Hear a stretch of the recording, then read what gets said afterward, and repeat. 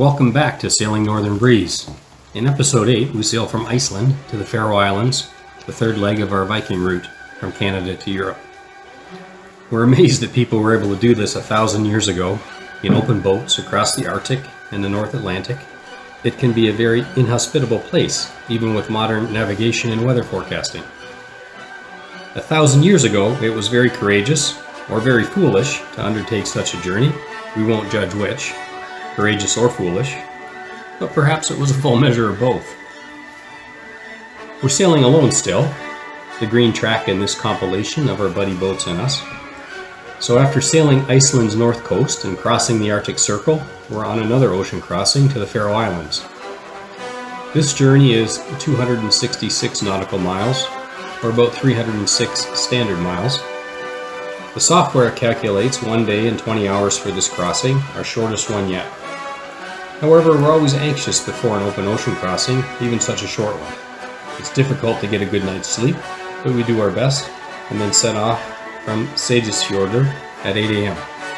We have light winds, 4 knots from the southwest, clocking around to the northeast by the afternoon at 8 knots. We have a little rain in the afternoon, but overall we are comfortably reaching. Our first port will be at Vestmanna, a small fishing village. The winds begin building over that first night and through the second day, and we're making great time sailing at 8.5 knots. As we're ahead of schedule, we need to recalculate our arrival time. It's no longer going to be at 4 a.m. at sunrise and into the daylight. But can we make it before dark? Before 11 p.m., are we fast enough? And here was our first mistake. Yes, if conditions remain constant, we could have arrived before 11 p.m. The strong winds had created large swells behind us, and themselves they weren't a problem. Unfortunately, as we approached the Faroes in the evening, the current wrapping around the islands from the south, combined with the rising seafloor, created large swell from the southwest. These swells combine to form water peaks and valleys. The effect is called sailing in a washing machine. Waves are coming erratically from multiple different directions and in different sizes up to 2 meters.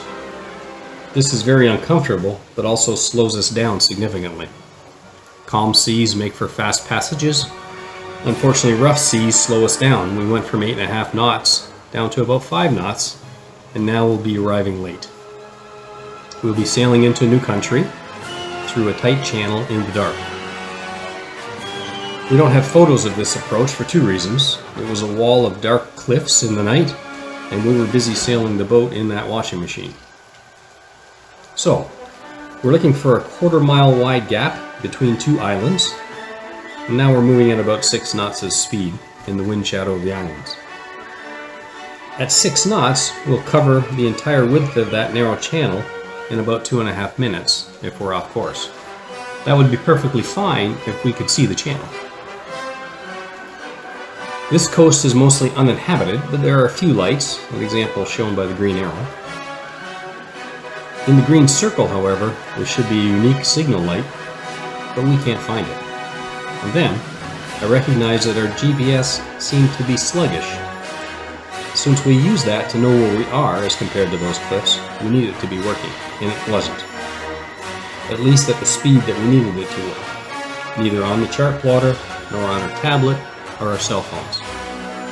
The GPS was only updating every 6 minutes or so. Well, in 6 minutes, we will have traveled more than half a mile and could well be on the rocks. We are in trouble. So at 11 p.m., we pulled the plug on arriving tonight. We need to wait until we can see. The sun will rise around 4 a.m., so we have 5 hours to sail along the coast in that washing machine. We took turns, and each got about an hour's sleep, tossing about. At 3 a.m., we started heading in towards the cliffs again, arriving as the daylight began to show itself. We finally found the channel, and its obscured and very low wattage signal light. It was indeed a tight passage, with the final entrance into the Vestmanna harbor restricted due to many fish farms. It was good that we had waited for daylight, but after 2 days at sea, with only an hour's sleep the prior night, sleeping in the washing machine, we were exhausted. So that was our second mistake. Sailing in challenging conditions to the point of exhaustion is dangerous. We made it to a very high fishing pier at about 5:30 a.m., scrambled up to tie off at this low tide, and immediately went to sleep. We awoke at 10:30 a.m. to see Isbjorn tied up in front of us on the pier. Isbjorn is from a company called 59 North Sailing, and they run a couple of sailboats for expeditions and training purposes. We had a chat with them, and the Isbjorn is a swan, very similar to our Baltic, also built in Finland. And today they had 3 Canadian school teachers on board learning about ocean sailing. It's a small world. Hello to their company, 59 North Sailing. We've met them before at the Annapolis Boat Show, but we hadn't expected to see them here in Vestmanna in the Faroes. Vestmanna is a pretty small town, with fishing and tourism as drivers of the economy. You can go whale watching or for excursions along the sea cliffs from here. Once we were awake and had a cup of tea and a bit of breakfast, we called in to clear customs and immigration. But we were told that they'd prefer to meet us at our next port, the capital city of Torchon. So, we were in another new country, but not yet cleared in through customs yet. We only spent about 26 hours here, leaving the next morning at 7:30 a.m. And timing here is critical since they have tidal races, and that is currents up to 7 knots between the islands, and we needed to travel when they were mostly in our favor. The trip to Torchon was 23.9 nautical miles. We really want to avoid these tidal races or currents against us that peak around 2:30 p.m. The RAK, or RAK, app is very helpful to plan our journey. I'll put their information in the comments below this video.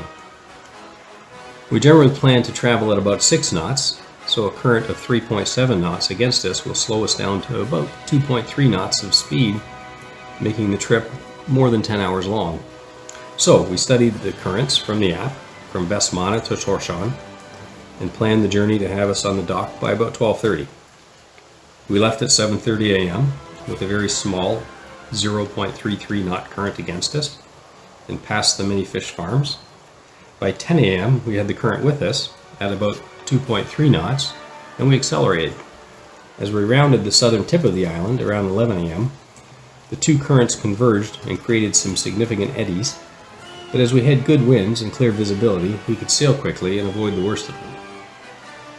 The northward leg into Torchon had a current against us around 2 knots, but we were able to hug along the shoreline to avoid most of that, and we got onto the dock at 12:30 in time for a coffee and croissants on the dock for lunch.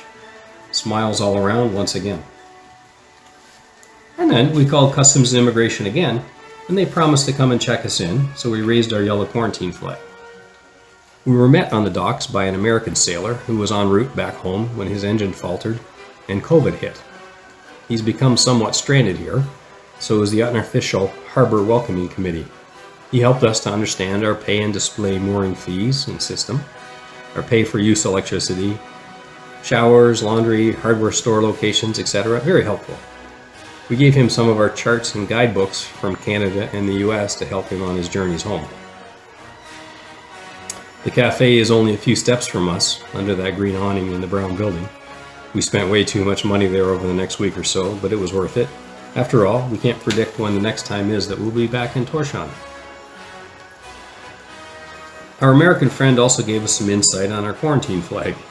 He suggested that we don't leave it up for more than 2 or 3 days, as it becomes somewhat embarrassing for the local authorities, since it's unlikely that we will be cleared into the country, and that would make it obvious. On the 3rd day, we lowered the quarantine flag. Unofficially, we're now in the Faroes. In Torchon, we visited the hardware and the chandlery, and then did some sightseeing. On the way to the chandlery, we spotted this guy, giving some scale to the size of this fishing boat. There is a beautiful urban farm/park that we hiked to on our way to the museum. The museum contains both natural and human history and is worth the trip. We also took a bus trip through a series of tunnels that includes a roundabout that is actually under the ocean between 2 islands.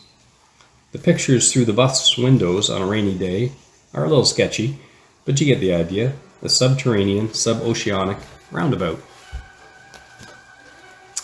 And then we saw the hanging lake. Marie didn't buy into the name. She said it wasn't a hanging lake, but it sure was hanging at the top of a sea cliff from my perspective. It was a moderate hike to get there across a sheep pasture.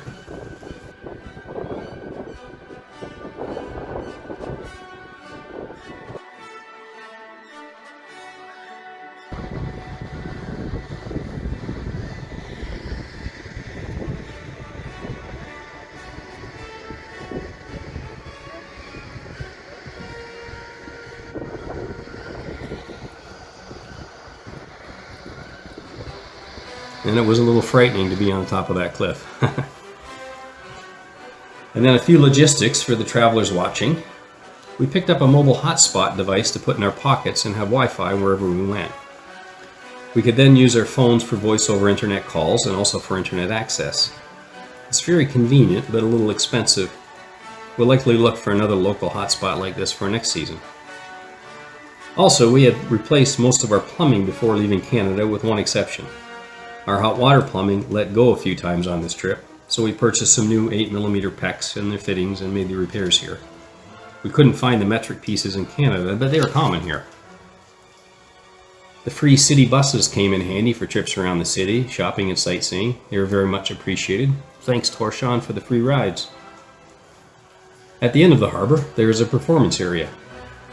Among many other things, they have movie nights here with children's movies. Very social, very nice. Bands playing in the afternoon, movies in the evening. Back on the boat from grocery shopping, we had to try a local food that seemed to be everywhere. Fish balls. They're made up of mashed potatoes, onion, fish, and spices.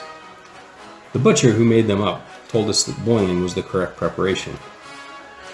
They turned out as you might expect, gooey and gluey. Kraft macaroni and cheese came to the rescue for this dinner. Marie postulated that perhaps they should be cooked like pierogies next time, if there is a next time. Many houses here have green roofs, both old and new houses. It's very nice to see. And I asked myself if they had to cut this lawn, or perhaps weed it. Maybe you could plant a few daisies up there. Pretty good place up. After a week in Torchon, we headed to the southernmost port that we could get into in the Faroes, at Vegur. 2 nights were spent in this small town, and then we're off to Scotland, our last crossing of the season. So in hindsight, for this journey, episode 8, we learned again on the crossing to the Faroes about planning and the limitations of technology in the far north. There aren't many GPS satellites up here, so the updates are slow. And sailing into unknown harbors in the dark, when exhausted, was also a big lesson again. We won't repeat that if we can help it. And then thanks. As we wrap up these videos, I always say thanks. This time it's thanks to you. We've now had 2,000 views of our videos since we started this channel last year. And we're fortunate, not only to be able to have these adventures, but to also share them. And we very much hope that they are providing some insight and also some entertainment to your day. We'll see you next time on our way to Scotland, and unfortunately share the opportunity we got to use our first aid skills. See you then!